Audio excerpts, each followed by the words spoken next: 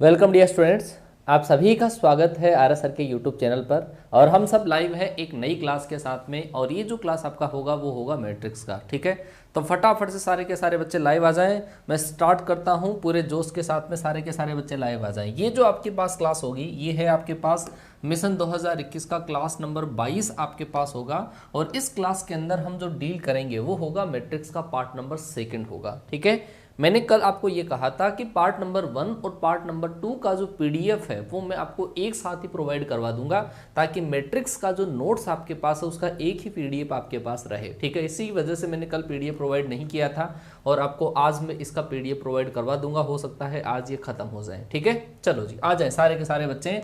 अगर मैं आपको बताऊं कि अगर किसी बच्चे ने अनअकैडमी पर अगर अनअकैडमी को ज्वाइन नहीं किया है तो मैं बता दूं आपको, प्ले स्टोर में जाके आप अनअकैडमी लर्निंग ऐप के नाम से सर्च करिएगा। ऐसा आइकन आपको दिखेगा, वहां से आप इसको डाउनलोड करके इंस्टॉल करें। इंस्टॉल करने के बाद में उसमें नाम, फ़ोन नंबर और ईमेल आईडी डालने के बाद में ये गोल आपको चूज करना है। सर्च गोल के अंदर ये वाला ऑप्शन आता है, या सर्च कैटेगरी सिलेक्शन के अंदर आपके पास ये ऑप्शन आएगा। आप इस कैटेगरी को सेलेक्ट करिएगा और इस कैटेगरी को सेलेक्ट करने के बाद में अगर आप मुझे फॉलो करना चाहते हैं, मेरी क्लासेस को एंजॉय करना चाहते हैं, तो आप मुकेश कुमार कुमावत के नाम से वहां पे सर्च करिएगा। ऐसी प्रोफाइल पिक्चर आपको दिखेगी। मेरी कुछ क्लासेस ऑलरेडी वहां पर सेव है। ड्रीम एयरफोर्स के नाम से फुल सिलेबस का मॉक टेस्ट मैंने लिया था एयरफोर्स के लिए, तो ये आपके लिए काफ़ी ज़्यादा बेनिफिशियल है। आप इसको एंजॉय कर सकते हैं, अभी भी आप इनको देख सकते हैं। ठीक है, चलो जी। अगर किसी बच्चे को अनअकैडमी पर प्लस का सब्सक्रिप्शन लेना हो तो ये आपके पास 1 मंथ, 3 मंथ, 6 मंथ के चार्जेस हैं। और अगर ये वाला कोड आप अप्लाई करते हैं RSR लाइव, तो इससे आपको 10% इंस्टेंट डिस्काउंट मिल जाएगा। ठीक है, और इसी के साथ में आप फिजिक्स, मैथ, इंग्लिश, रागा की पूरी क्लासें एक्सप्लोर आप कर पाओगे। ये हमारा टेलीग्राम चैनल है टीम स्पेस RSR। और ये ज्वाइन क्यों करना है, क्योंकि क्लास का जो पीडीएफ है, क्लास बच्चे करते रहते हैं सर पीडीएफ कहाँ मिलेगा, पीडीएफ कहाँ मिलेगा, तो पीडीएफ आपको भाई साहब इस टेलीग्राम चैनल पर मिलेगा। ठीक है, आप इसको ज्वाइन कर लीजिएगा। इसमें ऑलरेडी 23,500 बच्चे जुड़े हुए हैं, आप इसको ज्वाइन कर लें। इसी पर आपको पीडीएफ या क्लासेस का जो लिंक होगा वो शेयर किया जाएगा। ये हमारी टीम है टीम RSR, जो आपके लिए दिन रात लगी हुई रहती है, दिन रात आप लोगों के सपनों को पूरा करने के लिए लगी हुई है। अगर आपके माइंड के अंदर ऐसी चीज़ें बैठी हुई है कि यार अपने को सिलेक्शन लेना है, तो वो सिलेक्शन किसी भी टाइप से हो सकता है। हमारी टीम बिल्कुल जोर शोर से आपके साथ में लगी हुई है। ये हमारी क्लासेस का टाइमिंग रहता है, हमेशा की क्लासेस का टाइम ओनली संडे के अलावा, संडे को भी क्लासेस होती है, उनका टाइमिंग आपको सैटरडे को टेलीग्राम चैनल के जरिए बता दिया जाता है। ये आपके पास मंडे टू सैटरडे क्लासेस का टाइमिंग है, आप देख लीजिएगा इनको। ठीक है, चलो जी स्टार्ट कर दूँ मैं। चलो जी स्टार्ट कर दूं। एक बार मुझे दिख जाए, स्पैम हो जाए comment I love my parents, और आपकी भावनाएं, आपके दिल, आपके घर वाले जो हैं, आपके जो पेरेंट्स हैं, अगर उनको दिलों को मैच करती हुई अगर हो तो एक बार मैं देखना चाहूँगा I love my parents, I love my parents, I love my parents, I love my parents. ठीक है, और इसी नाम के साथ में आप जब भी क्लास के अंदर बैठते हैं तो मैं एक ही चीज़ आपको कहूँगा, आप केवल कॉन्सेप्ट को दिलो दिमाग तक उतारिएगा। अगर कोई 2 बच्चे आकर कमेंट के अंदर चैटिंग करते हैं तो बेटा उसका तो क्लास न लेना ही अच्छा है। वो अगर क्लास नहीं लेना तो ही फायदा है। ठीक है ना, क्योंकि अगर आप एक बच्चे ने अगर ऐसा लिख दिया, हर एक बच्चा अगर ऐसा लिख देगा आई लव माई पेरेंट्स, तो उसकी भावनाएं उसके घर वालों के साथ में, मुझे लगता होगा कि उसकी भावनाएं घर वालों के साथ में जुड़ी हुई है। और अगर कोई बच्चा यहाँ पर कमेंट बॉक्स में जब चैटिंग करता है, फालतू के मैसेज करता है, तो आपको कोई रिप्लाई नहीं करना है, वो अपने आप चला जाएगा। कोई भी रिप्लाई आपको नहीं करना है, किसी भी बच्चे को किसी भी टाइप का रिप्लाई नहीं करना है, वो अपने आप चला जाएगा। चाहे वो गालियां निकाले, चाहे कुछ भी करे, आपको कोई रिप्लाई नहीं करना। आपको केवल अपने कॉन्सेप्ट पे ध्यान देना है कि अपना कॉन्सेप्ट पक्का होना चाहिए, क्योंकि वो बच्चा इधर भी घूमता रहता है, उधर भी घूमता रहेगा, जिंदगी के अंदर घूमता रहेगा। सही बात है। चलो जी स्टार्ट कर देता हूं, मैं स्टार्ट कर रहा हूं। एक बार अगर आपको टाइम लगे, अगर आपको लगे कि यार क्लास को शेयर कर देना चाहिए, तो क्लास को शेयर जरूर कर दीजिएगा और 1 घंटे तक पेटी पेक होकर क्लास के अंदर बैठ जाओ। कॉन्सेप्ट आपके दिल दिमाग के अंदर उतरने वाले हैं। कल ये मैंने आपको सारे कॉन्सेप्ट बताए हैं। ठीक है, ये आपको एक ही पीडीएफ के अंदर मिल जाएगा। कल मैंने आपको यहाँ तक बताया था स्केलर मल्टीप्लीकेशन ऑफ मैट्रिक्स। ठीक है, तो आज की क्लास के अंदर जो मैं आपको बात करने वाला हूँ वो होगा आपके पास मल्टीप्लीकेशन ऑफ मैट्रिक्स की आप जो मैट्रिक्स आपके पास होती है उसका मल्टीप्लिकेशन अपन कैसे करते हैं, क्या सीक्वेंस होता है, क्या रूल होते हैं, समझिएगा। कि सर मैट्रिक्स का जो मल्टीप्लाई होता है, मैट्रिक्स का जो गुणा होता है, उसको अपन बोलते हैं रो कॉलम मल्टीप्लिकेशन। क्या बोला जाता है? Row column multiplication. Row column multiplication इसको बोला जाता है, मतलब पंक्ति स्तंभ गुणन इसको बोला जाता है। ठीक है, पंक्ति स्तंभ गुणन इसको बोला जाता है।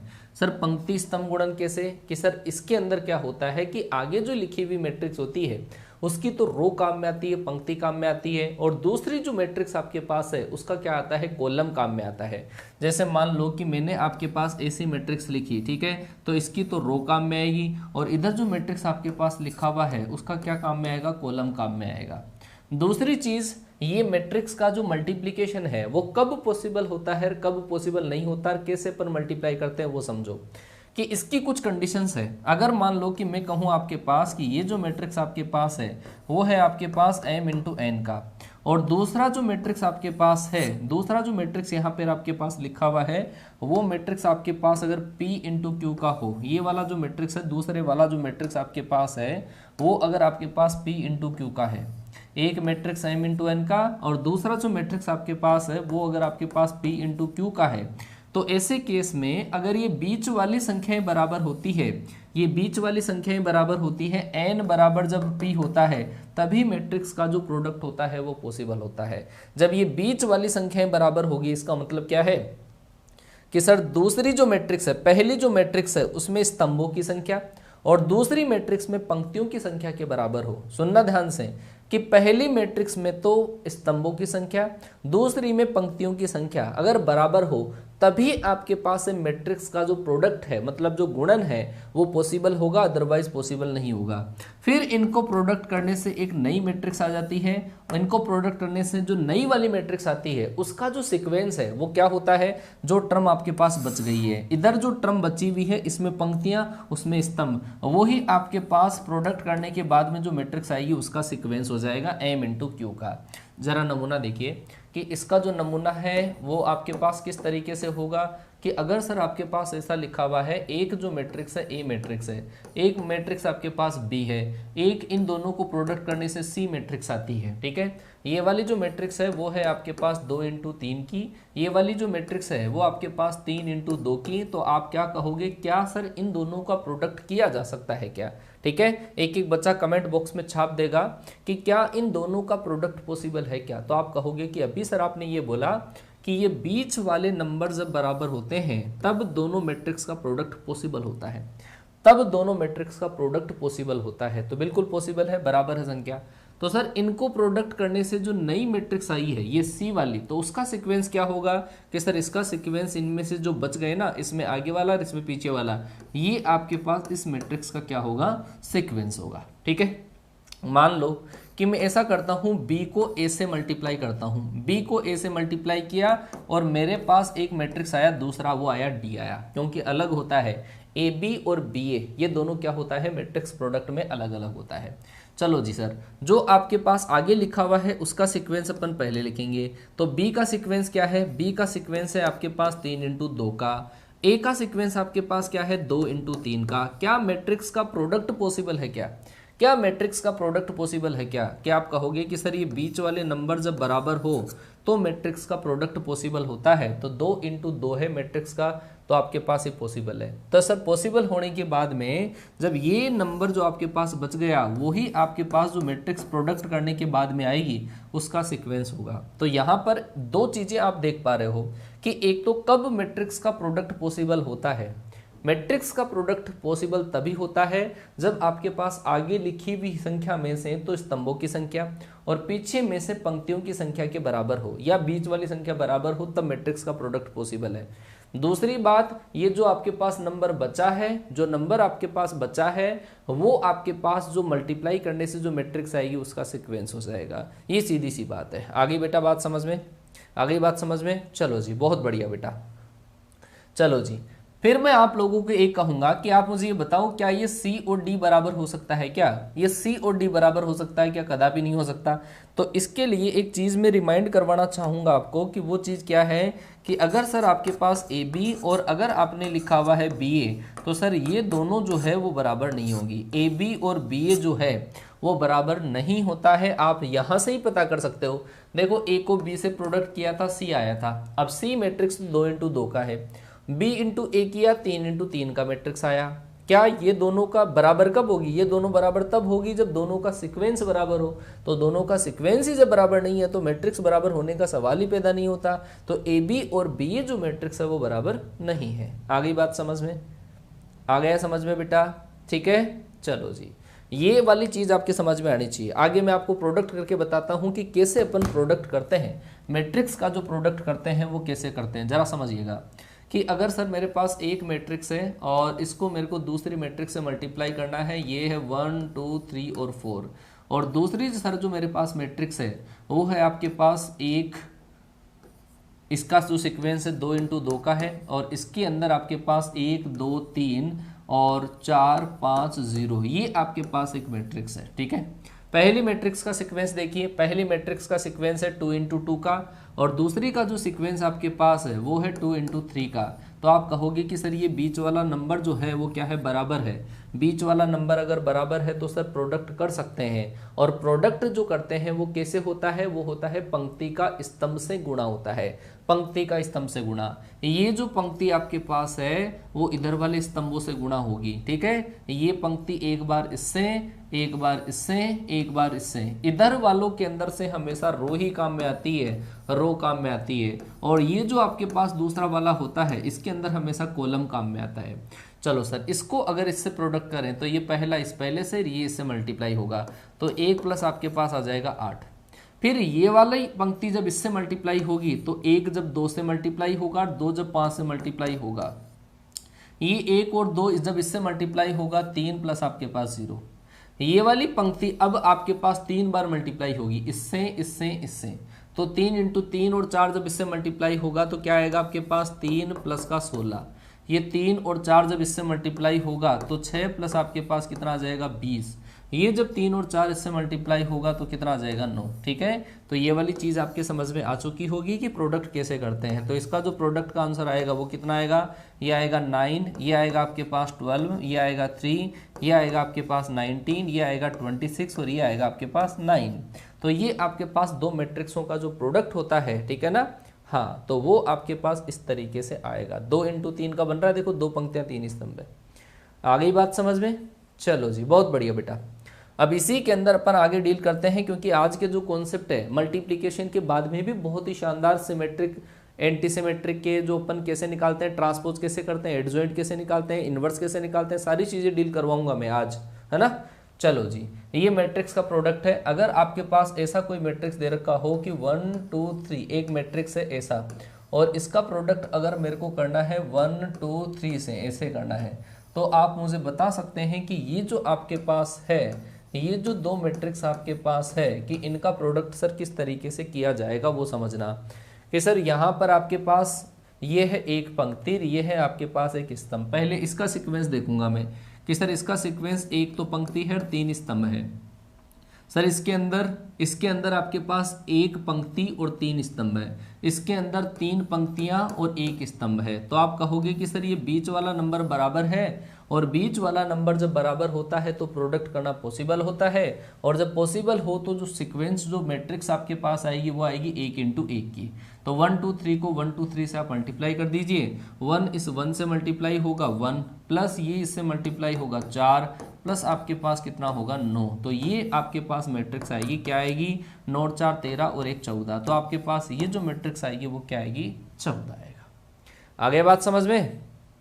किसी बच्चे को डाउट नहीं होगा ना इसमें? किसी बच्चे को डाउट नहीं होना चाहिए, ये वाली चीज़ आपके समझ में आ जानी चाहिए, ठीक है। और लाइक के अंदर तो धड़ाधड़ कंजूसी यार, लाइक न करके क्या दिखाना चाहते हो? मतलब 500 बच्चे जब लाइव होते हैं और लाइक 350 भी नहीं है यार, गलत बात है ये तो। इतने बढ़िया कॉन्सेप्ट देने के बाद में यार कम से कम लाइक तो कर दिया करो। हमारी बैटरी चार्ज करने के लिए तो लाइक कर दिया करो। प्यार जुटाई सही, लाइक तो कर दिया करो। चलो जी आगे चलता हूँ मैं, आगे चलता हूँ। इसकी कुछ प्रॉपर्टीज है ना, इसकी कुछ प्रॉपर्टीज है, तो मैं यहाँ पर मेरे पास जो लिखी हुई है, लेकिन मैं आपको बता देता हूँ। और क्यों बताना चाहता हूँ ये प्रॉपर्टीज, कि आप कहोगे सर इतना डीप में पढ़ाने की क्या जरूरत है। बेटा इससे जो क्वेश्चंस बनेंगे अगर आपको याद रह गए तो वो डायरेक्ट क्वेश्चन बनेंगे, ठीक है ना। चलो जी, पहली प्रॉपर्टी मैट्रिक्स प्रोडक्ट की इस तरीके से है कि आपके पास multiplication of two diagonal matrix जो आपके पास होता है, एक अगर विकर्ण मैट्रिक्स अगर आपके पास ऐसी हो, विकर्ण मैट्रिक्स हो, विकर्ण इंटू विकर्ण जो मैट्रिक्स आपके पास है उनका प्रोडक्ट हमेशा एक विकर्ण मैट्रिक्स ही आता है। विकर्ण और विकर्ण मैट्रिक्स को अगर मल्टीप्लाई करते हैं, डायगोनल को डायगोनल अगर मैट्रिक्स से अगर अपन मल्टीप्लाई करते हैं, डायगोनल को शॉर्ट में से लिखा जाएगा डायगोनल इंटू डायगोनल जो मैट्रिक्स आपके पास है इनका प्रोडक्ट करने से आपके पास डायगोनल ही आएगा। दूसरी बात, अगर आपके पास त्रिभुजाकार मैट्रिक्स है, triangular matrix into triangular matrix, त्रिभुजाकार इंटू त्रिभुजाकार जो मैट्रिक्स है उससे आपके पास त्रिभुजाकार मैट्रिक्स ही आएगा, ठीक है। अगर आपके पास एक स्केलर है, मतलब अदिश मैट्रिक्स है, और अदिश मैट्रिक्स को अगर आप अदिश मैट्रिक्स से मल्टीप्लाई करते हो तो वो आपके पास अदिश मैट्रिक्स ही आएगा। ये चीज आपके समझ में आ जानी चाहिए, ठीक है, सीधी सी बात है, याद रह जाएगा। अब इनका प्रोडक्ट का भी सिंपल तरीका है। जैसे मान लो कि मैं कहूं आपके पास 3 इंटू 3 के डायगोनल मैट्रिक्स है ना, विकर्ण मैट्रिक्स, और विकर्ण मैट्रिक्स को अगर आप इस तरीके से लिख सकते हैं 2, 3 और 4। ये DIAZ 2, 3 लिखने का मतलब क्या है ये समझना, कि ये होता है सर कि DIAZ का मतलब तो है डायगोनल, मतलब विकर्ण मैट्रिक्स, और विकर्ण मैट्रिक्स में विकर्ण के जो एलिमेंट है वो क्या है 2, 3, 4, तो इसको DIAZ लिखा जाता है शॉर्ट के अंदर, 2, 3, 4, बाकी के जो एलिमेंट होते हैं वो होते हैं 0। तो ये जो आपके पास विकर्ण मैट्रिक्स होगी वो ऐसी होगी, DIAZ 2, 3, 4 अगर लिख दिया ना किसी ने तो आप ये समझ जाना कि वो विकर्ण मैट्रिक्स है। विकर्ण मैट्रिक्स में विकर्ण के एलिमेंट है 2, 3, 4। आगे बात समझ में। सेम आपके पास ऐसा है कि अगर आपके पास और एक मैट्रिक्स हो, है ना, DIAZ में लिखूं यहाँ पर 1, 2, 3 लिखूं, ऐसा इनका प्रोडक्ट करना हो तो आप सेम प्लेस वाला जो नंबर है उनको मल्टीप्लाई कर दो, ठीक है। एक नमूना देखना इसका, एक नमूना दिखाता हूं कि अगर सर आपके पास ऐसा लिखा हुआ आ गया, ऐसा लिखा हुआ आ गया आपके पास डायगोनल, अगर आपके पास ऐसा है डायगोनल 1, 2, 3 ऐसा है, और दूसरा अगर आपके पास एक मैट्रिक्स ऐसा है डायगोनल 2, 3 और 4 है, ठीक है। तो अगर आप इन दोनों मैट्रिक्स का प्रोडक्ट करना चाहते हैं तो इसका मतलब मैंने आपको बता दिया, DIAZ का मतलब क्या है कि ये सर जो मैट्रिक्स है वो क्या है, विकर्ण मैट्रिक्स है, मतलब डायगोनल मैट्रिक्स है। और डायगोनल मैट्रिक्स में ये डायगोनल के एलिमेंट्स हैं, और डायगोनल मैट्रिक्स, डायगोनल के जब एलिमेंट होंगे तो 1, 2, 3, ये 0, 0, 0, 0, 0, 0, तो ये जो आपके पास है वो इस तरीके से लिखा जाएगा। अगर मैं इसको इससे प्रोडक्ट करूंगा तो ये है आपके पास 2, 3 और 4, 0, 0, 0, 0, 0, 0, 0 ऐसे, है ना, ऐसे। अगर मैं इन दोनों का प्रोडक्ट कर दूं तो आप प्रोडक्ट जब करोगे इसको इससे कर दो। मैं इसका डायरेक्ट लॉजिक आपको बताता हूं कि डायरेक्ट आप ये वाला नंबर इससे मल्टीप्लाई, मतलब ये इससे मल्टीप्लाई, ये इससे मल्टीप्लाई और ये इससे मल्टीप्लाई कर दो, आपका आंसर आ जाएगा। ये आ जाएगा 2, ये आ जाएगा आपका 6 और ये आ जाएगा 12, और ये आपके पास सारे एलिमेंट क्या कर दो 0, मतलब डायगोनल के एलिमेंट्स को ही आपस में मल्टीप्लाई कर दो। आ गई क्या बात समझ में? आ गई बेटा बात समझ में? चलो जी, तो ये वाली चीज समझ लेना है ना। चलो आगे चलते हैं। इसके अंदर आपके पास कुछ प्रॉपर्टीज होती है, वो प्रॉपर्टीज भी देख लो, क्योंकि इसका क्वेश्चन डायरेक्ट एग्जाम के अंदर डायरेक्ट पूछा जाता है। वो प्रॉपर्टी देख लो। अगर आपके पास ऐसा दे रखा हो कि a प्लस बी का स्क्वायर अगर करना हो, a प्लस बी का स्क्वायर, अभी मैंने आपको एक चीज बोली थी, क्या कि सर ए बी मैट्रिक्स और बी ए जो मैट्रिक्स है, ठीक है ना, ये बराबर नहीं होते हैं। ए बी मैट्रिक्स और बी ए मैट्रिक्स है ना, वो बराबर नहीं होते हैं। कोई रेयर केस में हो सकते हैं लेकिन वैसे बराबर नहीं होते हैं। इस रूल को अपन क्या बोलते हैं, क्रम विनिमय भी बोलते हैं। हिंदी के अंदर अगर मैं बात करूं तो इस रूल को क्रम विनिमय बोला जाता है, कम्यूटेटिव भी बोला जाता है, ठीक है, कम्यूटेटिव। तो आपके पास मैट्रिक्स का जो प्रोडक्ट होता है वो कम्यूटेटिव नहीं होता है। एसोसिएटिव की अगर मैं बात करूं कि अगर आपके पास बी और सी को मल्टीप्लाई करने के बाद में ए से मल्टीप्लाई कर दिया और ए और बी को मल्टीप्लाई करने के बाद में सी से मल्टीप्लाई कर दिया, तो ये पॉसिबल होता है, ये पॉसिबल है, ये पॉसिबल नहीं है। और ये जो प्रॉपर्टी है इसको क्या बोला जाता है, एसोसिएटिव। एसोसिएटिव का मतलब होता है साहचर्य। मैट्रिक्स का जो प्रोडक्ट होता है वो साहचर्य तो होता है, लेकिन वो क्रम विनिमय कभी भी नहीं होता। तो यहाँ पर वही बात है, a प्लस बी का स्क्वायर जो आपके पास आया है, क्योंकि यहाँ पर जो आपके पास अगर ये दोनों बराबर होते ना, ये दोनों बराबर होते तब तो 2ab आ जाता। जैसा अपन करते हैं a प्लस बी के होल स्क्वायर में a square plus B square plus 2ab कर देते हैं। वो 2ab इस वजह से होता है कि ab और ba एक होता है, लेकिन यहाँ पर ab और ba एक नहीं होते हैं, अलग अलग होते हैं। तो इस वजह से अलग अलग ही इनको लिखा जाता है। ध्यान रख लीजिएगा, ये पूछा जाता है क्वेश्चन, ठीक है ना। तो ये प्रॉपर्टी है, जब भी मैट्रिक्स का प्रोडक्ट करो तो आप ab को और ba को चाहे प्लस में आए चाहे माइनस में आए, किसी भी तरीके से आए, आप दोनों को अलग अलग ही लिखोगे। आ गई बात समझ में बेटा? यहां तक की समझ में आ गई क्या? यहां तक की बात समझ में आ गई क्या? एक बार मैं आपका कमेंट चाहूंगा, ठीक है। यहां तक की चीजें अगर क्लियर हो चुकी क्या, क्योंकि ये बेसिक सी बात है कि सर ए बी और बी आपने बोल दिया अलग अलग होगा, तो बिल्कुल है अलग अलग होगा। चाहे मैं a माइनस बी को a प्लस बी से जब मल्टीप्लाई करूंगा, है ना, a माइनस बी को a प्लस बी से, तो आप कहोगे सर a को a से मल्टीप्लाई, a को a से मल्टीप्लाई a स्क्वायर, a को b से मल्टीप्लाई तो ab, और b को a से मल्टीप्लाई तो ba, और b को b से मल्टीप्लाई तो माइनस का b इंटू बी स्क्वायर। तो ये जनरल सी बात है कि ये दोनों कैंसिल नहीं होंगे, बराबर होते तब कैंसिल होते हैं, ठीक है। चलो जी, आ गई बात समझ में। ये जो रूल अप्लाई होता है ना, ये स्क्वायर मैट्रिक्स में ही होता है, अब समझ गए। चलो हाँ जी, आ जाइएगा। एक और दमदार वाला टॉपिक अपन पढ़ने जा रहे हैं, है ना, ट्रांसपोज ऑफ ए मैट्रिक्स। और ये मान के चलो कि मैट्रिक्स के अंदर से सबसे इंटरेस्टिंग जो कोई चीज है ना, वो है मैट्रिक्स का ट्रांसपोज कैसे करते हैं। समझना बहुत ही इंटरेस्टिंग चीज है, और इसका जो सवाल आएगा मैं आपको बना के लाया हूं। सारे सवाल आपको जो प्रॉपर्टी बेस्ड क्वेश्चन होते हैं वो डायरेक्ट ही पूछे जाते हैं, सही है ना। चलो जी, तो ट्रांसपोज क्या होता है वो समझना। ट्रांसपोज का मतलब होता है आपका परिव्रत। परिव्रत मैट्रिक्स का जो परिव्रत होता है वो अपन किस तरीके से करते हैं। अगर कोई भी मैट्रिक्स आपके पास है, कोई भी मैट्रिक्स आपके पास है, उसके अंदर उसके रो को तो कॉलम में, कॉलम को रो में चेंज कर दिया जाए, तो उसको क्या बोला जाता है, ट्रांसपोज बोला जाता है, परिव्रत बोला जाता है।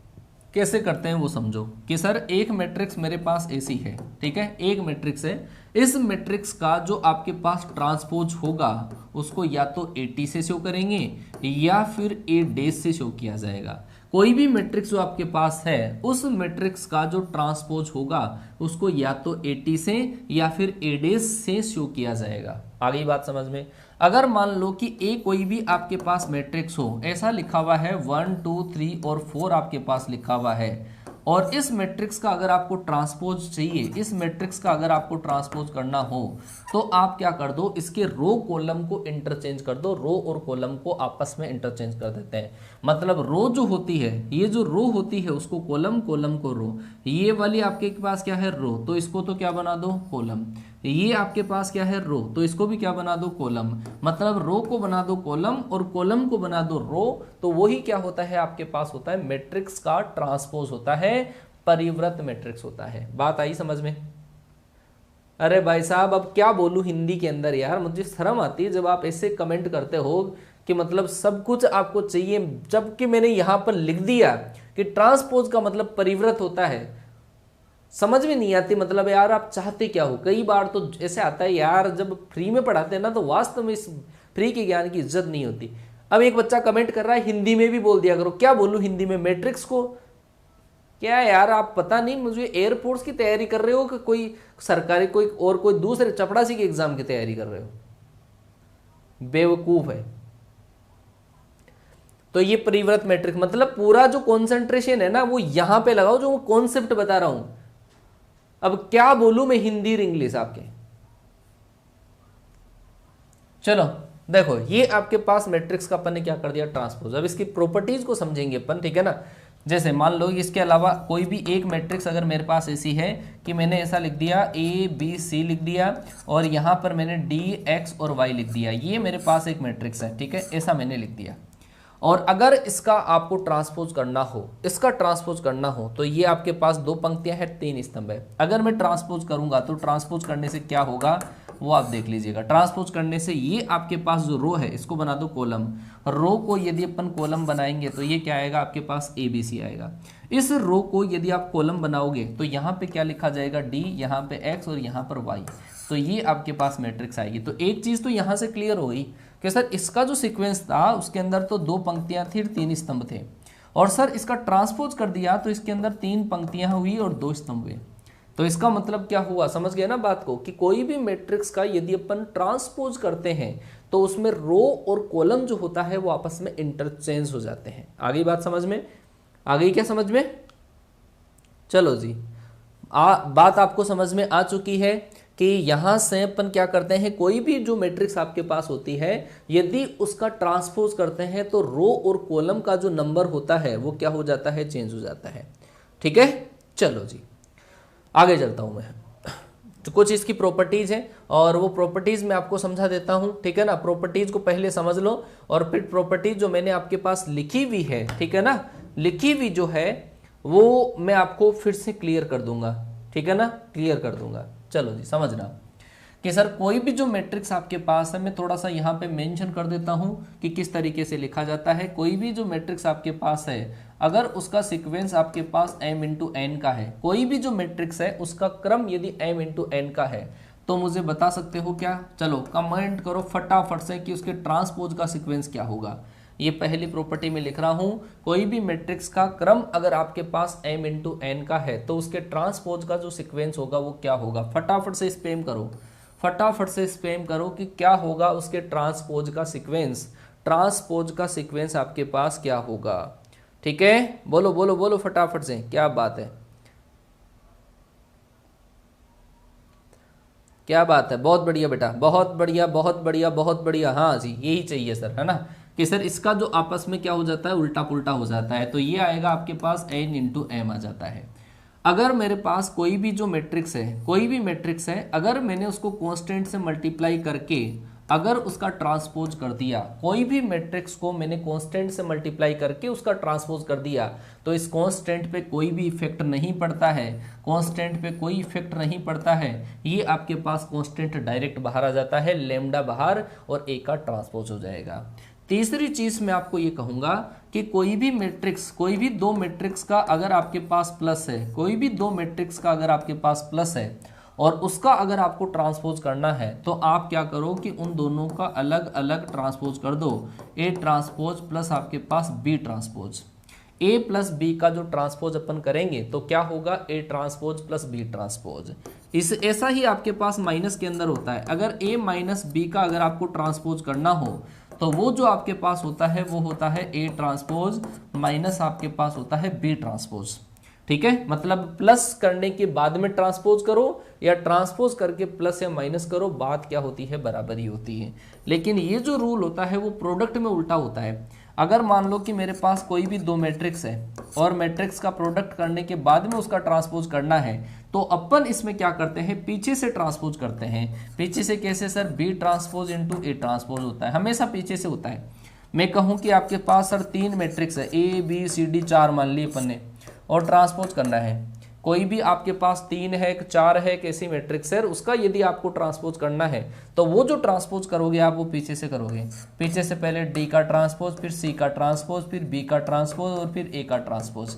ये आ गई बात समझ में। ए बी सी डी का ट्रांसपोज करना हो तो डी का ट्रांसपोज, सी का ट्रांसपोज, बी का ट्रांसपोज, ए का ट्रांसपोज। ठीक है, चलो जी, एक मैं आपको ये कहूंगा कि कोई भी जो मैट्रिक्स आपके पास है उसका आपने ट्रांसपोज कर दिया और उसका एक बार फिर से अगर ट्रांसपोज हो तो क्या चक्कर पड़ता है। कोई भी मैट्रिक्स का ट्रांसपोज करने के बाद में उसका फिर से ट्रांसपोज कर दिया जाए तो क्या होता है, वो वापस वो की वो ही मैट्रिक्स आती है, वापस वो की वो ही मैट्रिक्स आपके पास आ जाती है। इतनी चीज आपके समझ में आ चुकी होगी। ठीक है, कैसे कि सर मान लो कि ये पेन है, मतलब ये पेन है ना, इसका ट्रांसपोज करने का मतलब क्या है, ट्रांसपोज करने का मतलब क्या कर दिया, उल्टा कर दिया। ठीक है, आगे बात समझ में। चलो ऐसा मान लो कि इसके ये मेरे पास एक रिमोट है और ट्रांसपोज करने का मतलब रो और कॉलम को इंटरचेंज करना, तो ये जो रिमोट मेरे पास है रो कॉलम को इंटरचेंज कर दिया तो ये से हो जाएगा। आपने एक बार फिर से इसके रो कॉलम को इंटरचेंज कर दिया आगे बात समझ में, ये वापस सीधा हो जाता है। मतलब एक आदमी को आपने क्या किया, उल्टा पटक दिया, ट्रांसपोज कर दिया, उल्टा पटक दिया। अब उस उल्टे आदमी को एक बार और उल्टा पटक दोगे तो वो आदमी सीधा खड़ा हो जाएगा, वो वाली बात इसके अंदर है। ए ट्रांसपोज का जब ट्रांसपोज करते हैं तो वो वापस क्या आ जाता है, ए आ जाता है। ये होता है इवन टाइम करने पर। इवन टाइम अगर अपन करते हैं मतलब सम बार, अगर सम संख्या बार यदि अपन ट्रांसपोज कर देते हैं तब वापस वो की वो ही मैट्रिक्स आ जाती है। बात आपके समझ में आ चुकी होगी, बात आपके समझ में आ चुकी होगी कि मैंने जो 4-5 प्रॉपर्टीज लिखी है, ठीक है ना, ये आपके समझ में आ जानी चाहिए। एक बार रिमाइंड करवा देता हूं कि सर कोई भी मैट्रिक्स का ट्रांसपोज करते हैं तो रो और कॉलम आपस में इंटरचेंज, रो और कॉलम इंटरचेंज। दूसरा, अगर प्लस करने के बाद में ट्रांसपोज करो तो अलग अलग ट्रांसपोज करके प्लस करना है, माइनस हो तो माइनस अलग से करना पड़ता है, मल्टीप्लाई हो तो ये चीज ध्यान रखना, बस ये इंपॉर्टेंट प्रॉपर्टी है ना कि ये जो सर करते हैं ना, ये हम पीछे से करते हैं, हर बार पीछे से ट्रांसपोज करना स्टार्ट कर देते हैं, पीछे से ट्रांसपोज करते हैं हर बार, चाहे कितनी भी लिखी हुई हो, 2 लिखी हुई हो, 3 लिखी हुई हो, 4 लिखी हुई हो, हर बार पीछे से ट्रांसपोज करना स्टार्ट करते हैं। ठीक है, चलो जी, बहुत बढ़िया, आगे चलो। तो ये प्रॉपर्टीज मैंने यहां पर आपके पास लिख रखी है ना, पूरी की पूरी प्रॉपर्टीज मैंने यहां पर लिख रखी है, ये भी आप पढ़ सकते हो, जो मैंने लिखी है वो भी आप पढ़ सकते हो। ये मैट्रिक्स का क्या हो गया, ट्रांसपोज हो गया। आगे चलता हूं मैं, आगे चलते हैं सिमेट्रिक और स्क्यू सिमेट्रिक मैट्रिक्स, ये क्या चीज होती, क्या बला है। और इसका क्वेश्चन मैं आपको क्या कहूं कि अगर आप मेरे पे पूरा का पूरा ही विश्वास करते हो तो ये मान के चलो कि इसका क्वेश्चन 100% आता है। सिमेट्रिक स्क्यू सिमेट्रिक का क्वेश्चन एग्जाम में बनता ही बनता है, एनडीए के एग्जाम की मैं बात कर रहा हूं। अगर एयरफोर्स का सवाल होगा तो वो ट्रांसपोज की प्रॉपर्टीज की बेस पर बन जाएगा। ठीक है, चलो जी। ओड का क्या होता है, ओड का ए ट्रांसपोज होता है, लिख देता हूं, यहां पर आप कंफ्यूज हो जाओगे। अगर यहां पर आपके पास इवन है तो आएगा ए, अगर ओड पावर है, अगर ओड पावर है तो ए ट्रांसपोज आएगा, ओड पावर है तो आपके पास क्या आएगा, ए ट्रांसपोज। चलो नमूना देख लो यहां पे, चलो आप मुझे इसका आंसर बताओगे, ए ट्रांसपोज का ट्रांसपोज का ट्रांसपोज। ठीक है, इसका आंसर बताओ, फटाफट से कमेंट करके बताओ कि सर ए ट्रांसपोज कर दिया, उसका ट्रांसपोज कर दिया, उसका फिर से ट्रांसपोज कर दिया, उसका फिर से ट्रांसपोज कर दिया। अब इन दोनों का मुझे आंसर बताओ कि क्या क्या आएगा, बताओ बताओ बताओ बताओ फटाफट से एक एक बच्चा, कि दोनों का सर पहले का क्या होगा, दूसरे का क्या आंसर होगा, तभी ये वाली प्रॉपर्टी समझ में आएगी आपके कि ओड में क्या होता है, इवन में क्या होता है, ओड में क्या होता है, इवन में क्या होता है। चलो जी, ये बात बहुत शानदार बेटा, बहुत बढ़िया, हाँ जी, बहुत बढ़िया बहुत बढ़िया बहुत बढ़िया, ये बात बहुत बढ़िया कि सर आपने यहाँ पे जो किया ट्रांसपोज ट्रांसपोज ट्रांसपोज, तो 3 बार किया, और 3 बार किया तो ओड आ गया, यहाँ पे ओड नंबर, और ओड नंबर के केस में आप केवल एक ही बार ट्रांसपोज कर दो। सर ये है आपके पास क्या, इवन, और इवन के केस में वापस क्या आ जाएगा, ए आ जाएगा। ठीक है, चलो जी, हालांकि इतने भयंकर क्वेश्चन आते नहीं है, लेकिन आपको याद करवा दी, प्रॉपर्टीज याद हो जाए, ठीक है ना, इस तरीके से। चलो सर आगे चलता हूं मैं, आगे जो आपके पास चीज है वो है सिमेट्रिक और स्क्यू सिमेट्रिक। ठीक है, आगे जो चीज आपके पास है वो है सिमेट्रिक और स्क्यू सिमेट्रिक, और ये वाली चीज मेरे पे विश्वास कर रखा है आपने, मुझे पता है कि काफी ज्यादा बच्चों को मेरे ऊपर विश्वास है। ठीक है, तो मैं विश्वास को बिल्कुल नहीं टूटने दूंगा, आप चाहे मुझे कुछ भी करना पड़ जाए, चाहे आपको मुझे प्रैक्टिस सेट का पीडीएफ या कोई बुक लॉन्च करनी पड़ जाए, मैं आपका विश्वास नहीं टूटने दूंगा। ठीक है ना, जितना मेरे से कोशिश हो सकेगी, 100% हो सकेगी, मैं 120% करने की कोशिश करूंगा, लेकिन अपने सपनों को है ना वो नहीं टूटने दूंगा, पूरी पूरी मेरी तरफ से पूरी कोशिश होगी। अगर मैंने जितना पढ़ाया है, अगर उसका आपने 70% या 50% भी अगर पढ़ लिया ना, जितनी मेहनत मैं करता हूं उतनी उसकी आधी मेहनत भी आप कर लो, सिलेक्शन पक्का है, कोई नहीं रोक सकता, किसी का बाप में हिम्मत नहीं है कि आपका सिलेक्शन रोक ले। मेरे मेहनत की 50% ही आप कर लो, ठीक है, आराम से सिलेक्शन होगा। तो यहां पर मैं बात करता हूं सिमेट्रिक और स्क्यू सिमेट्रिक, मतलब आपके पास सममित और विषम सममित मैट्रिक्स के बारे में। सममित होता है सिमेट्रिक, और स्क्यू सिमेट्रिक का मतलब होता है विषम सममित मैट्रिक्स होता है। क्या बला है ये, इसको समझना, विषम सममित मैट्रिक्स और सममित मैट्रिक्स क्या होता है। तो बात ये है सर कि अगर कोई भी मैट्रिक्स का अपन ट्रांसपोज करते हैं, कोई भी मैट्रिक्स का अगर अपन ट्रांसपोज करते हैं, और अगर वापस वही की वही मैट्रिक्स अगर आपके पास आ जाती है, मैट्रिक्स का ट्रांसपोज करने के बाद में वापस वो की वही मैट्रिक्स अगर आती है तो ये जो मैट्रिक्स आपके पास होती है इस मैट्रिक्स को क्या बोला जाता है, इस मैट्रिक्स को बोला जाता है सिमेट्रिक, इस मैट्रिक्स को बोला जाता है आपके पास सममित मैट्रिक्स बोला जाता है, ठीक है ना, ये सममित मैट्रिक्स होती है। लेकिन कई बार आपको माइनस का सामना करना पड़ेगा, ट्रांसपोज करने के बाद में माइनस का साइन आपका बाहर आ जाएगा, ट्रांसपोज करते ही माइनस का साइन अगर बाहर आ जाता है तो ये जो मैट्रिक्स आपके पास होती है वो क्या होता है आपका स्क्यू सिमेट्रिक होता है, ठीक है, स्क्यू सिमेट्रिक ये मैट्रिक्स आपके पास होगा, ठीक है। स्क्यू सिमेट्रिक का मतलब ये जो मैट्रिक्स आपका होता है वो क्या होता है, विषम सममित मैट्रिक्स होता है, क्या होता है, विषम सममित। मतलब ट्रांसपोज करने के बाद में अगर माइनस बाहर आ जाता है तो उसको बोला जाता है विषम सममित, और ट्रांसपोज करने के बाद में अगर कोई चेंजेस अगर नहीं आता है तो वो क्या होता है आपका सममित मैट्रिक्स होता है। सही बात, चलो जी आगे चलता हूँ, ठीक है। अब इसके अंदर कुछ प्रॉपर्टीज है बेटा, है ना, कुछ प्रॉपर्टीज आपके पास है और उन प्रॉपर्टीज के बेस पे ही सवाल आपका एग्जाम में बनता है। कैसे चेक करते हैं एक बार ये बता देता हूं मैं कि ये सिमेट्रिक स्क्यू सिमेट्रिक को कैसे चेक करते हैं, जरा समझना एक चीज को। मैं आपको एक एग्जाम्पल लेता हूँ, एक आपके पास एग्जाम्पल है और आपने ऐसा बोल दिया कि सर ए एंड बी जो आपके पास है are symmetric matrix, A and B are symmetric matrix. अगर ए और बी जो है वो आपके पास सममित आव्यूह है, ए और बी अगर आपके पास सममित आव्यूह है तो सर आप इसके बारे में चेक करिए कि सर ए प्लस बी जो मैट्रिक्स है वो कौन सा होगा, ए माइनस बी जो है वो कौन सा होगा, एक आपके पास ए बी माइनस का बी ए ये क्या होगा, ठीक है। इनके बारे में मैं चर्चा करना चाहूंगा कि ये जो आपके पास होंगे वो कैसे होंगे, जरा समझना चीज को। जब भी आपको सिमेट्रिक और स्क्यू सिमेट्रिक अगर देखना हो तब क्या करते हैं, हमेशा ट्रांसपोज करते हैं। तो सर आपको दे रखा है कि ए और बी सिमेट्रिक है तो आपने क्या कहा कि सर सिमेट्रिक अगर है तो ए ट्रांसपोज का मतलब ए आएगा और बी का ट्रांसपोज करने के बाद में आपके पास क्या आएगा, बी आएगा, ठीक है।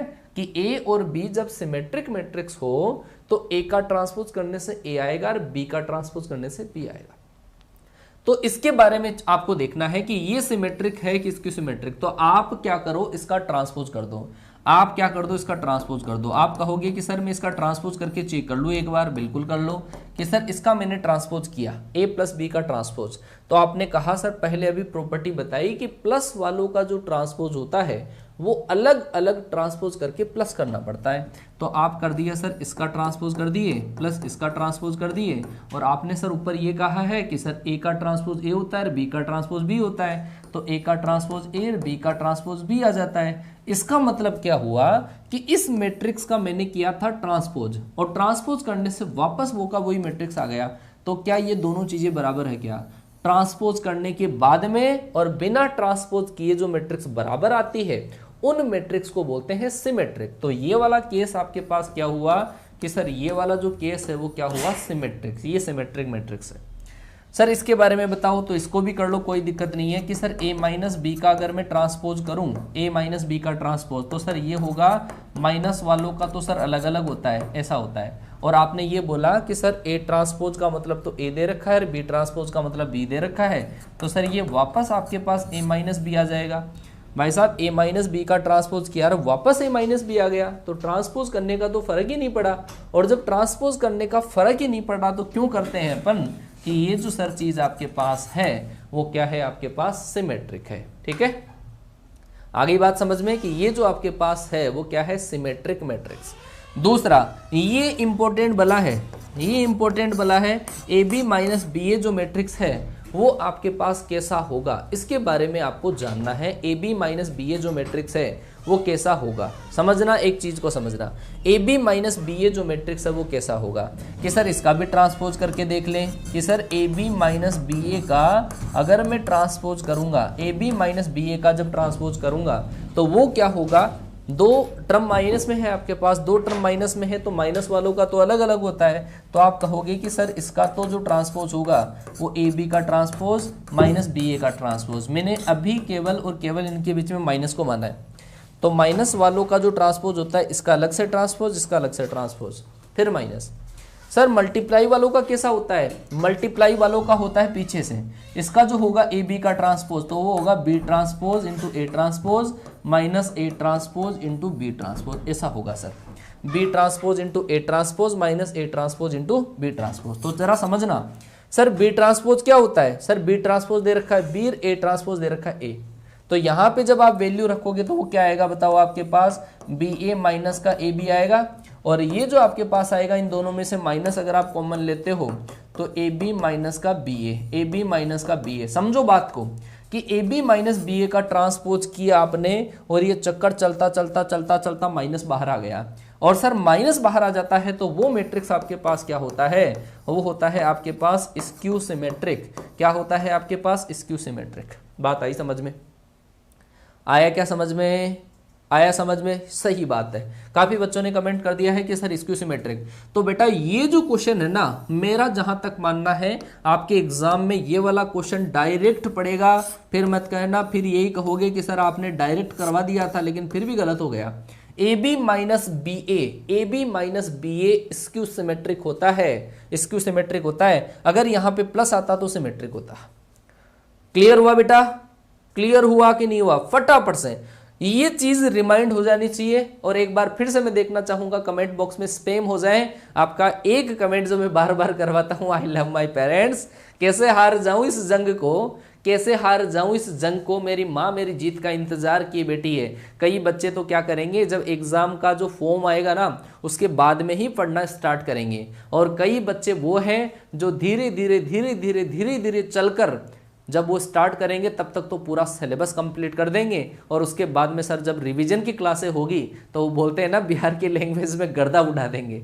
चलो बहुत शानदार बेटा, बहुत बढ़िया, गर्दा उड़ाना है इस बार एग्जाम में, क्योंकि धीरे धीरे चलकर ही अपन स्पीड पकड़ सकते हैं, ठीक है ना। और कॉन्सेप्ट अपन पढ़ रहे हैं बिल्कुल आराम से, क्योंकि पिछली बार मेरे पास टाइम नहीं था इतना कि मैं एक एक चीज को बिल्कुल बारीकी से आपको बता पाऊँ। तो मुझे भी थोड़ा सा ऐसा लगा यार मजा नहीं आया, मुझे मजा नहीं आया। अब तो मुझे भी मजा आ रहा है तो आपको भी मजा आएगा। चलो जी आगे चलता हूं मैं। अच्छा शायरी तो सुना दी ना यार। चलो जी, हाँ हाँ भाई आगे चलते हैं। कुछ प्रॉपर्टीज आपके पास हैं, कुछ प्रॉपर्टीज आपके पास हैं, ठीक है ना। समझना इस चीज को कि सर जो स्क्यू सिमेट्रिक मैट्रिक्स होती है, स्क्यू सिमेट्रिक मैट्रिक्स जो आपके पास होती है उसके डायगोनल के एलिमेंट जो आपके पास होते हैं वो जीरो होते हैं। इस लाइन में ऐसा ही लिखा हुआ है, मैं यहां पर लिख देता हूं हिंदी के अंदर, विषम सममित जो आपके पास अवयव होती है, विषम सममित जो आपके पास मैट्रिक्स होती है उसमें विकर्ण के जो एलिमेंट होते हैं, डायगोनल के जो एलिमेंट होते हैं, विकर्ण के अवयव, ये क्या होते हैं, जीरो होते हैं। जिसके अंदर भी विकर्ण के अवयव जीरो हो गए तो उसका मतलब समझ जाना कि वो स्क्यू सिमेट्रिक मैट्रिक्स है। क्या है, स्क्यू सिमेट्रिक मैट्रिक्स है। दूसरी चीज, ट्रेस जो मैट्रिक्स होता है भाई साहब, विकर्ण ही के एलिमेंट ही अगर आपके पास जीरो हुए, विकर्ण के अवयव ही जब आपके पास जीरो हुए तो ट्रेस क्या होता है, ट्रेस होता है कोई भी मैट्रिक्स में विकर्ण के अवयवों का योग। याद आया होगा आपको कि ट्रेस वर्ड क्या है, ये ट्रेस वर्ड होता है कोई भी जो आपके पास मैट्रिक्स होती है उस मैट्रिक्स में विकर्ण के अवयवों का जो योग होता है उसको ट्रेस बोलते हैं। और मैंने यहाँ पे ये लिख दिया कि विषम सममित में विकर्ण के अवयव जीरो होते हैं। अब सारे एलिमेंट जब जीरो आएंगे तो योग भी तो जीरो होगा, सही है ना। चलो जी, चलो जी आगे चलता हूं मैं। ये कुछ प्रॉपर्टीज आपके पास है जो आपके पास डायरेक्ट आपको एग्जाम में दिखेगी, डायरेक्ट आपको एग्जाम में दिखेगी। मैं बता देता हूं थोड़ा सा एक्सप्लेन कर करके, ठीक है। अगर ए आपके पास एक सिमेट्रिक मैट्रिक्स है, थोड़ा सा याद रख लीजिएगा, पूरी प्रॉपर्टीज को याद रखने की जरूरत नहीं है, मैं जो मेंशन कराऊं आपको, ठीक है ना, वो चीज आप ध्यान रख लीजिएगा, दिमाग में सेट बैठ जाएगी। अभी मैं याद करवा दूंगा, विश्वास करो कि सर जब आपके पास ए सिमेट्रिक है, ए जब आपके पास सिमेट्रिक है, ठीक है, ए जब सिमेट्रिक है तो पहली चीज आपके पास जो प्लस वाला होता है ना, प्लस वाला, और ये ए इंटू ए ट्रांसपोज या फिर ए ट्रांसपोज इंटू ए, ये जो होते हैं सारे के सारे वो क्या होते हैं, सिमेट्रिक होते हैं। ए अगर सिमेट्रिक मैट्रिक्स है तो प्लस वाला जो मैट्रिक्स होता है वो तो क्या होता है, प्लस और मल्टीप्लाई वाला तो क्या होगा, सिमेट्रिक होगा। लेकिन माइनस वाला जो होता है, जैसे प्लस की जगह में माइनस लगा दूं, ए माइनस का ए ट्रांसपोज, तो ये जो आपके पास होता है वो क्या होता है, स्क्यू सिमेट्रिक, मतलब विषम सममित। विश्वास हुआ? और नहीं हुआ तो देख लो कि सर कैसे चेक करें। मैंने चेक करना ही बता दिया आपको यार, चेक करना जब बता दिया कि सर सिमेट्रिक स्क्यू सिमेट्रिक को कैसे चेक करते हैं तो थोड़ा सा देखिएगा कि कैसे चेक करेंगे। चलो सर मुझे इसके बारे में पता करना है कि ये सिमेट्रिक है कि स्क्यू सिमेट्रिक है। चलो जी समझना, इधर समझना कि सिमेट्रिक और स्क्यू सिमेट्रिक कैसे चेक करते हैं। बताओ सर कि आपने ऐसा बोला कि सर ए जो मैट्रिक्स है वो क्या है, सिमेट्रिक है। जब ए सिमेट्रिक है तो ए का ट्रांसपोज जब मैंने कर दिया तो वो क्या होगा, आपका ए होगा। ए जब सिमेट्रिक मैट्रिक्स है तो ए का ट्रांसपोज करने से ए मैट्रिक्स ही आएगा। तो अगर सर मुझे अगर ऐसा करना हो कि ए माइनस ए ट्रांसपोज जब हो, ए माइनस ए ट्रांसपोज, इसके बारे में चेक करना है, तो सर आप क्या करो कि इस मैट्रिक्स का ट्रांसपोज कर दो, इस मैट्रिक्स का ट्रांसपोज कर दो, आपको पता चल जाएगा। जिस भी मैट्रिक्स का सिमेट्रिक स्क्यू सिमेट्रिक चेक करना है उसका ट्रांसपोज कर दो, ट्रांसपोज के रूल अप्लाई करवा दो कि सर जब मैं इसका परिवर्त करूंगा, ट्रांसपोज करूंगा, तो माइनस वालों का ट्रांसपोज होता है दोनों का अलग अलग ट्रांसपोज करके फिर माइनस होता है, दोनों का इसका अलग से ट्रांसपोज, इसका अलग से ट्रांसपोज कर दिया। कि सर आपने ये बोला कि ये तो उल्टा पुल्टा वापस खड़ा हो गया, वो वाली चीज है, आदमी को उल्टा पटक दिया फिर और उल्टा कर दिया तो आदमी सीधा खड़ा हो जाता है, ए ट्रांसपोज का ट्रांसपोज वापस ए होता है। तो आप समझिएगा, इसमें से माइनस अगर मैं कॉमन ले लूं तो क्या आएगा आपके पास, ए माइनस ए ट्रांसपोज। बोलो, ये मैट्रिक्स मेरे पास स्टार्टिंग में था जिसके बारे में मुझे सोचना पड़ा था कि वो सिमेट्रिक है कि स्क्यू सिमेट्रिक है, तो आपने इसका ट्रांसपोज किया, ट्रांसपोज करने के बाद में माइनस बाहर आ गया, ट्रांसपोज करने के बाद में माइनस अगर बाहर आ गया तो आपने क्या बोल दिया कि सर ये तो स्क्यू सिमेट्रिक है, विषम सममित है। आई क्या बात समझ में बेटा, बात समझ में आ गई, इतनी बात समझ में आ गई होगी आपके, आया समझ में? हाँ जी। तो ये माइनस वालों का चक्कर समझ में आना चाहिए आपके, माइनस वाले जो होते हैं, अधिकतर माइनस वाले वो विषम सममिति होते हैं, ठीक है। चलो जी, तो यहां पर मैंने आपके सामने और लिखा है, अगर कोई भी जो आपके पास ए अगर सिमेट्रिक है, ए अगर आपके पास सिमेट्रिक है और अगर आपने उसको कोई कांस्टेंट नंबर से अगर मल्टीप्लाई कर दिया तो वो भी आपके पास क्या होगा, सिमेट्रिक होगा। अगर आपने किसी कांस्टेंट नंबर से मल्टीप्लाई कर दिया तो वो भी क्या होगा, सिमेट्रिक होगा। इसमें ध्यान देने वाली बात ये है, एक ये वाली ध्यान देने वाली बात है, इसके बारे में भी बताता हूं कि ये बी ट्रांसपोज ए जो है वो सिमेट्रिक है कि स्क्यू सिमेट्रिक, इसके बारे में जरा सोचो कि सर ये कैसे देखते हैं। सर मैंने ये बोल दिया कि ए जो मैट्रिक्स है, ए जो मैट्रिक्स है वो क्या है, सिमेट्रिक है, ए जो मैट्रिक्स है वो सममित है ना। तो सर क्या करें, इसके बारे में अगर मुझे जानना है कि ए जब सममित है तो आप मुझे ये बताओ कि ये जो मैट्रिक्स है बी ट्रांसपोज ए और बी है ना, ये मैट्रिक्स कैसा होगा, सिमेट्रिक होगा कि स्क्यू सिमेट्रिक होगा। तो समझना, मैंने कहा कि सर सिमेट्रिक स्क्यू सिमेट्रिक देखने के लिए, सममित विषम सममित देखने के लिए मैट्रिक्स का करते हैं ट्रांसपोज। तो आप क्या कर दोगे, इसका ट्रांसपोज, इसका जब ट्रांसपोज करोगे तो वो आएगा बी ट्रांसपोज ए बी और उसका क्या आ जाएगा, ट्रांसपोज। और मैंने आपको ये भी बोला था कि जब भी ट्रांसपोज करना हो तो पहले पीछे से ट्रांसपोज करना स्टार्ट करते हैं। पहले तो इस नंबर का ट्रांसपोज होगा, बी का ट्रांसपोज, फिर होगा इस नंबर का ट्रांसपोज, फिर होगा इस शुरू वाले का ट्रांसपोज। ये तो पहले से ट्रांसपोज है, एक बार फिर से ट्रांसपोज। तो आपने क्या कहा सर, ये है बी ट्रांसपोज, ये है ए ट्रांसपोज, बी ट्रांसपोज का ट्रांसपोज किया तो आया बी। यहां पे मैं क्या बोल रहा हूं कि ए जब सिमेट्रिक है, ए जब सिमेट्रिक है तो सर ए का ट्रांसपोज करने के बाद में आपके पास क्या आ जाएगा, ए आ जाएगा। ए का ट्रांसपोज करने के बाद में क्या आएगा, ए आएगा। तो यहाँ पर ए का ट्रांसपोज मैंने किया तो वापस ए आ जाएगा, क्योंकि मैं यहाँ पे बोल चुका हूँ कि ए जो आपके पास है वो सिमेट्रिक है। तो आप फाइनली जो इसका ट्रांसपोज करने के बाद में मेरे पास ये रिजल्ट आया, तो आप देख सकते हो कि वापस ये दोनों सेम ही है क्या, मतलब ट्रांसपोज करने का फर्क पड़ा क्या, कोई फर्क नहीं पड़ा। इसका मतलब ये जो मैट्रिक्स है, ये जो मैट्रिक्स है वो क्या है, सिमेट्रिक है। तो इसका केस याद करवा देता हूं मैं आपको। अगर ऐसी मैट्रिक्स है बी ट्रांसपोज ए और बी है, और अगर ए आपके पास सिमेट्रिक है, ए जब आपके पास सिमेट्रिक है तो ये जो मैट्रिक्स है वो क्या होगा, सिमेट्रिक होगा। अगर मान लो कि ए आपके पास स्क्यू सिमेट्रिक है, ए अगर आपके पास स्क्यू सिमेट्रिक है, विषम सममित है, तो ये जो मैट्रिक्स है वो भी क्या होगा, स्क्यू सिमेट्रिक होगा। और मेरे भाई याद कर लो, ये वाला क्वेश्चन एनडीए के अंदर आपके पास ऑप्शन के अंदर पता नहीं कितनी बार पूछा गया है, डायरेक्ट पूछा गया है। समझना, अगर ये स्क्यू सिमेट्रिक है, ए स्क्यू सिमेट्रिक है तो ये स्क्यू होगा। क्यों? क्योंकि सर यहां पर आपने इसको सिमेट्रिक माना तो आपने प्लस का ए रखा था। जब सर इसको ए को स्क्यू सिमेट्रिक मानेंगे, विषम सममित मानेंगे, तो ए ट्रांसपोज की जब माइनस रखेंगे ना तो माइनस बाहर आ जाता है उस केस में, और वो क्या बन जाता है, स्क्यू बन जाता है। आई क्या बात समझ में? यहां तक की चीज आपको समझ में आ चुका है क्या कि sir B transpose A B के अंदर जब ए बीच वाले पे डिपेंड करता है, ए सिमेट्रिक तो पूरा सिमेट्रिक, ए स्क्यू तो पूरा स्क्यू। आया समझ में बेटा? चलो जी, डायरेक्ट क्वेश्चन आएगा, मुझे बताने की जरूरत नहीं है, आप कोई भी प्रीवियस ईयर की पेपर उठा के देख लो, डायरेक्ट आपको दिख जाएगा कि ये वाला केस आया हुआ है। ठीक है, चलो जी आगे चलता हूं मैं। तो यहां पर लिखा हुआ है कि ये आपके पास सिमेट्रिक होगा तो सिमेट्रिक, और स्क्यू होगा तो स्क्यू सिमेट्रिक।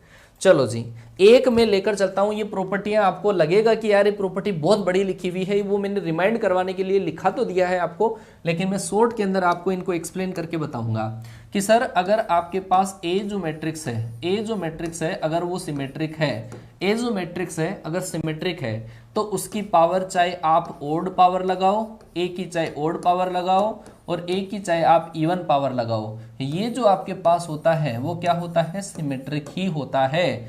अगर ए आपके पास सिमेट्रिक है, ए अगर आपके पास सममित है, सममित मैट्रिक्स है, तो उसकी चाहे ओड पावर लगाओ और चाहे इवन पावर लगाओ, चाहे सम लगाओ चाहे विषम लगाओ, वो हमेशा क्या रहेगा? सममित ही रहेगा। लेकिन ए अगर आपके पास स्क्यू सिमेट्रिक है, ए अगर आपके पास स्क्यू सिमेट्रिक है, स्क्यू सिमेट्रिक का मतलब अगर ए आपके पास विषम सममित मैट्रिक्स है, ए अगर आपके पास विषम सममित मैट्रिक्स है, तो ए की जो इवन पावर है, ए की जो आपके पास इवन पावर है मतलब सम पावर है, वो तो होगी आपके पास सममित मतलब सिमेट्रिक होगी, और ए की जो आपके पास ओड पावर है, ए की जो ओड पावर है वो होगी आपके पास विषम सममित। विषम सममित का मतलब स्क्यू सिमेट्रिक। तो बेटा याद कर लो, आपके पास जब आपके पास कोई भी मैट्रिक्स अगर सममित होती है तो डरने की जरूरत नहीं, कितनी भी पावर लगा दे सममित रहूंगी। ठीक है, सममित रहूंगा। अगर आपके पास ए आपके पास विषम सममित है, स्क्यू सिमेट्रिक है, तो ऐसे केस में इवन पावर लगाओगे तब तो आएगा सममित, और ओड पावर लगाओगे आएगा विषम सममित आएगा। आया क्या समझ? हाँ जी, आया, समझ में आया? बोलो बोलो फटाफट से। चलो जी, बहुत बढ़िया। अब इससे रिलेटेड मैं क्वेश्चन पूछना चाहूंगा आप लोगों से, इससे रिलेटेड क्वेश्चन पूछना चाहूंगा। एक बच्चा जब क्लास में आता है तो वो तो केवल एक ही कमेंट करता है, शायद मतलब आधे बच्चे तो हाँ सर क्लियर है, हाँ क्लियर है, और वो एक बच्चा जब कमेंट करता है वो केवल बफरिंग का मैसेज करता है, हाँ सर बफरिंग हो रहा है। तो भाई साहब तू तेरे फोन के अंदर है ना एक बढ़िया सा रिचार्ज करा, ठीक है ना, तब तेरी बफरिंग खत्म होगी। चलो जी, ये वाली चीज आपके समझ में आ चुकी। यहाँ पे ये जो रामायण लिखी हुई है ना, वो यही लिखी हुई है जो मैं बोल रहा हूँ, इसके अलावा आपको कुछ नहीं करना। ये मैंने आपको बता दिया, ये भी मैंने आपको बता दिया, ये भी आपको बता दिया है। ठीक है, इसके अंदर इंपोर्टेंट जो है वो आपका ये है, A B minus B A is a skew symmetric matrix. ठीक है, और आपको इनको ध्यान देने की कोई जरूरत नहीं है, ये ध्यान दे लेना, जितना मैंने प्रॉपर्टी समझाई है उतनी आप ध्यान दे लेना। चलो मैं क्वेश्चन करवाना चाहूंगा, एक नमूना आपको दिखा दूं, फटाफट से आप मुझे उसका आंसर दे देंगे तो मजा आ जाएगा कि सर ए जो आपके पास है, ए जो मैट्रिक्स आपके पास है वो आपके पास सिमेट्रिक मैट्रिक्स है। ए अगर आपके पास सिमेट्रिक है तो मेरा पहला क्वेश्चन आपसे ये है कि ए की पावर 10 जो है, ए की पावर 10 है, वो आपके पास कौन से टाइप का मैट्रिक्स होगा? सिमेट्रिक होगा और स्क्यू सिमेट्रिक होगा। ए की पावर आपके पास 249 अगर मैं करूं तो वो सिमेट्रिक होगा या स्क्यू सिमेट्रिक होगा? दूसरा मेरा तीसरा क्वेश्चन ऐसा है, अगर ए आपके पास स्क्यू सिमेट्रिक है, ए आपके पास स्क्यू सिमेट्रिक है, स्क्यू सिमेट्रिक का मतलब विषम सममित अगर मेरे पास मैट्रिक्स है, एक एक बच्चा कमेंट बॉक्स के अंदर छाप देगा भाई, अपना अपना आंसर छाप देगा। ए अगर आपके पास स्क्यू सिमेट्रिक मैट्रिक्स है तो क्वेश्चन नंबर 3 आपके पास है कि ए की पावर 10 क्या होगा और ए की पावर आपके पास 249 क्या होगा। फटाफट से मुझे सारे क्वेश्चन का आंसर चाहिएगा, 4 क्वेश्चन मैंने दे दिए हैं, अब स्पैम आप लोग कर दोगे। ये कॉन्सेप्ट दिमाग में बैठ गया होगा आप लोगों के कि सर ऐसा होता है, ऐसा होता है। चलो जी, बोलो बोलो बोलो फटाफट से, याद हो जाएगा, सारी चीज़ें याद हो जाएगी। जिन बच्चों ने कमेंट में आंसर दे दिया उनको सारी चीज़ें याद हो जाएगी, रिमाइंड हो जाएगी, एक एक चीज़ रिमाइंड हो जाएगी, कॉन्सेप्ट याद हो जाएगा, क्योंकि बिना कॉन्सेप्ट तो आंसर दे ही नहीं पाओगे ना। चलो जी, बहुत बढ़िया बेटा, बहुत बढ़िया बहुत बढ़िया। आपने सही बोला कि सर सिमेट्रिक है, और सिमेट्रिक की पावर चाहे ओड लगाओ चाहे इवन लगाओ वो सिमेट्रिक ही होता है ना, ये सिमेट्रिक होता है। कि सर ये क्या होते हैं? ये सर आपके पास क्या होता है? विषम सममित की पावर अगर आपके पास इवन पावर है तो वो तो क्या होता है? सिमेट्रिक, और अगर ओड पावर है तो वो जो आपके पास होता है वो क्या होता है? स्क्यू सिमेट्रिक होता है। आगे बात समझ में? चलो जी, बहुत बढ़िया है। चलो आगे बढ़ता हूं, कुछ प्रॉपर्टीज मेरे पास है डिटर्मिनेंट ऑफ ए मैट्रिक्स। आगे वाले टॉपिक पे चलता हूं, कुछ स्लाइड आपको खाली मिलेगी, घबराने की जरूरत नहीं है, आगे आगे देखकर आप प्रॉपर्टीज लिख लेना। डिटर्मिनेंट ऑफ ए मैट्रिक्स, बिल्कुल सीधी सी बात है यार। ये तो कोई भी जो मैट्रिक्स आपके पास होती है, कोई भी जो मैट्रिक्स आपके पास होती है, जैसे मान लो कोई मैट्रिक्स आपके पास है, ऐसी मैट्रिक्स है 1 2 3 और 4 ऐसा है, और अगर इस मैट्रिक्स के कोरस्पॉन्डिंग अगर मैं डिटर्मिनेंट बनाऊंगा तो ये डिटर्मिनेंट का साइन लग जाएगा इस पर, ठीक है। ये जो मैट्रिक्स है इस मेरे मैट्रिक्स के कोरस्पॉन्डिंग ये डिटर्मिनेंट बन जाएगा, और ये जब डिटर्मिनेंट बन गया तो इसकी वैल्यू अपन कैलकुलेट कर सकते हैं। इसका मतलब इतना सा है, इसका इतना सा मतलब है कि इसकी वैल्यू अपन कैलकुलेट कर सकते हैं, और इसकी वैल्यू जब आप कैलकुलेट करोगे तो ये इधर और ये इधर मल्टीप्लाई, 4 - 6 कितना आ जाएगा आपका -2, ठीक है। इसको डिटेल के अंदर अपन डिटर्मिनेंट के अंदर डिस्कस करेंगे। ये डिटर्मिनेंट जब अगला जो टॉपिक आएगा डिटर्मिनेंट आपका सारणिक आएगा, उसके अंदर मैं डिटेल से डिस्कस करूंगा उसको, ठीक है ना। चलो जी, ये कुछ प्रॉपर्टीज है आपके पास, प्रॉपर्टीज है कि कोई भी कोरस्पॉन्डिंग मैट्रिक्स के कोरस्पॉन्डिंग अगर वो डिटर्मिनेंट आता है तो वो आपके पास क्या होगा।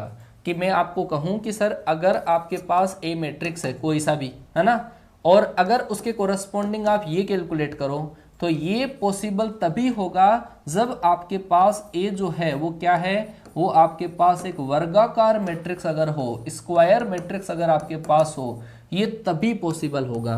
क्योंकि अगर आयताकार मैट्रिक्स हो, मैं कह दूं सर आपके पास ए जो मैट्रिक्स है वो आपके पास 1 2 3 4 5 और 6 है, ठीक है ना, ऐसा है, तो सर आप ये कैलकुलेट करो तो सर पॉसिबल नहीं है, क्योंकि आयताकार के केस में पॉसिबल नहीं होता है। अगर मैं लिखूं सर आपके पास 2 का प्रोडक्ट करने के बाद में उसका डिटर्मिनेंट बनाओ, तो आप दोनों का अलग अलग डिटर्मिनेंट बनाकर आप उसकी वैल्यू कैलकुलेट कर सकते हो। कोई भी मैट्रिक्स का ट्रांसपोज करके डिटर्मिनेंट निकालो या डायरेक्ट निकालो, वैल्यू आपके पास बराबर ही आती है, ठीक है ना। ये प्रॉपर्टी इसके अंदर आपको ध्यान देने लायक है, बहुत ही इंपॉर्टेंट प्रॉपर्टी है। कोई भी मैट्रिक्स को यदि किसी कांस्टेंट नंबर से मल्टीप्लाई अपन ने कर दिया, कोई भी मैट्रिक्स को कांस्टेंट से अगर मल्टीप्लाई कर दिया, अगर उसको अपन बाहर निकालना चाहते हैं, उसके कोरस्पॉन्डिंग डिटर्मिनेंट चाहते हैं, जैसे मान लो कि ये मेरे पास कोई भी मैट्रिक्स है, इसको मैंने मल्टीप्लाई किया के से, इसका संगत मेरे को सारणिक निकालनी है। पहले मैट्रिक्स था, ए मैट्रिक्स था, इसको कांस्टेंट से मल्टीप्लाई किया, इसके संगत सारणिक का मान निकालना है। तो अगर ये ऐसा भी हो सकता है कि ये जब के बाहर आएगा ना इसके, तो वो आएगा उसका सीक्वेंस लगकर, इस ए का जो सीक्वेंस है वो उसकी पावर बाहर आ जाएगी। ये इंपॉर्टेंट प्रॉपर्टी है, बहुत इंपॉर्टेंट प्रॉपर्टी है, ठीक है ना। तो ये चीज आप ध्यान दे लेना। आगे बात समझ में, नमूना दिखाऊं इसका एक, चलो नमूना देखते हैं, इस प्रॉपर्टी का एक नमूना देख लेते हैं, ठीक है। चलो जी, कुछ प्रॉपर्टी और है उसके बाद में दिखाता हूं नमूना। ये मैंने आपको बता दिया, ठीक है। स्क्यू सिमेट्रिक मैट्रिक्स का जो आपके पास डिटर्मिनेंट बनता है वो आपके पास क्या होता है, 0 होता है। इसका नमूना देखिएगा कि ये कैसे करते हैं। अगर आपको ऐसा दे दिया, कोई भी आपके पास ए जो है, ए के संगत सारणिक का जो मान है वो है आपके पास 4, और ए आपके पास 3 × 3 ऑर्डर का अगर मैट्रिक्स है, तो आप मुझे ये बता सकते हैं क्या कि 3a की वैल्यू क्या होगी। बोलो, ये क्वेश्चन आया हुआ है, बोलो भाई। ये आपके पास एक नमूना है, जवाब आप लोग देंगे कि अगर सर मेरे पास है सारणिक ए का मान तो आपके पास है 4, और ए जो है वो 3 × 3 का आपके पास एक मैट्रिक्स है, तो 3a का सारणिक आपके पास क्या होगा। एक एक बच्चे का जवाब चाहता हूं मैं, एक एक बच्चे का जवाब चाहता हूं, मुझे कमेंट में आंसर दीजिएगा क्या होगा। क्या बात है, राजू मौर्य ने सबसे पहले आंसर दिया है, राघव मिश्रा गलत आंसर बेटा, मिलन शर्मा क्या बात है, बहुत बढ़िया बेटा, बहुत ही शानदार, बहुत शानदार। ये बच्चे गर्दा उड़ाने वाले बच्चे हैं भाई साहब। अच्छा, अजय सिंह गलत आंसर बेटा, गलत आंसर। अभी अभी मैंने प्रॉपर्टी बताई है उसी का तो यूजेज करना है आपको बेटा, है ना। जो प्रॉपर्टी मैंने आपको बताई है उसी का आपको यूज करना था। मैंने अभी आपको ये बोला था कि सर अगर लेमडा इंटू ए हो या के इंटू ए हो, तो इसमें से लेमडा की उतनी पावर बाहर आएगी जो इसका सीक्वेंस होगा, इसमें से लेमडा की उतनी पावर बाहर आएगी जितना इसका सीक्वेंस होगा। मैंने ऐसा बोला था कि अगर ए का ऑर्डर आपके पास n × n का है तो लेमडा की पावर n बाहर आएगी, ऐसा। तो सर इसमें से 3 को बाहर लाने के लिए मुझे क्या करना पड़ेगा कि सर ए का जो क्रम है वो 3 × 3 का है, तो इसमें से जो बाहर आएगा वो 3 की पावर 3 इंटू आपके पास सारणिक ऑफ ए। 3 की पावर 3 सर 27, और सारणिक ए का मान कितना है सर 4। 27 को 4 से मल्टीप्लाई किया, 108 इस क्वेश्चन का आंसर आया। बात समझ में आ चुकी होगी आप लोगों के लिए। अच्छा बेटा, बात समझ में आया। ये वाली चीज समझ में आ चुकी होगी आपके। तो यहाँ आज की क्लास के अंदर तो अपन इतना ही कवर कर पाएंगे, हालांकि इनवर्स और एडजॉइंट इसका बच ही गया, मैं आपको समझाना चाहता था, लेकिन सिमेट्रिक स्क्यू सिमेट्रिक इसका मेजर पोर्शन था वो आपका कंप्लीट हो चुका है। कल की क्लास के अंदर मैं एडजॉइंट इसका कवर करवाऊंगा ना, एडजॉइंट की कुछ प्रॉपर्टीज है, इनवर्स है, मैट्रिक्स प्रिंसिपल है, जो रिमेनिंग मैट्रिक्स का पार्ट है वो कल की क्लास के अंदर आपका सोल्व करवाऊंगा। लेकिन ये जो मैंने आपको कवर अप करवाए हैं इसके अगर आप नमूने देखना चाहते हो तो मेरी क्लास 12:15 पे फिर से है, आप ज्वाइन करिएगा। 12:15 AM पर, 12:15 PM पर मेरी क्लास फिर से है। और मेरे जस्ट बाद में फिजिक्स की क्लास आने वाली है सुपर कॉन्सेप्ट के साथ में। RS सर आपसे मुलाकात करेंगे, न्यूक्लियर, कौन सा टॉपिक है, न्यूक्लियर फिजिक्स, ठीक है, विजुअल इफेक्ट के साथ में। आज कुछ नया सीखोगे, लेकिन जब भी क्लास में आप आते हो तो थोड़ा सा आपका सपोर्ट एंड प्यार हमारे को चाहिए होता है। आप क्लास को बिना कहे ही सर शेयर कर दे, आपके हाथ जोड़कर विनती है, क्योंकि हम उन लोगों का भला करना चाहते हैं जो बच्चे बेचारे ऑफलाइन में लाखों रुपए देकर नहीं पढ़ सकते। आप लोगों की दुआएं चाहिए, प्यार चाहिए, और भगवान का दिया हुआ सब कुछ हमारे पास है। समझ गए ना बात को। तो क्लास को एक एक बच्चा जब टेलीग्राम पर पोस्ट हो जाए तो एक एक बच्चा अपने दोस्तों को शेयर करेगा। एक बार आप उसको बुलाइएगा कि क्यों ऑफलाइन के चक्कर में पढ़ा है, यहाँ कोई नहीं है टक्कर में, क्यों पढ़ा है ऑफलाइन के चक्कर में, ठीक है। समझ के देखें एक चीज़, आपको पूरी चीज़ हम क्लियर करवा देंगे, पूरा विश्वास करिएगा, पूरी चीज़ें आपको मिलेगी, ठीक है। चलो जी, मैं मिलता हूं आपसे नेक्स्ट क्लास में, तब तक के लिए टाटा बाय बाय, जय हिंद। आपका प्यार एंड सपोर्ट मुझे कमेंट बॉक्स में क्लास सेव होने के बाद में दिख जाए, ठीक है।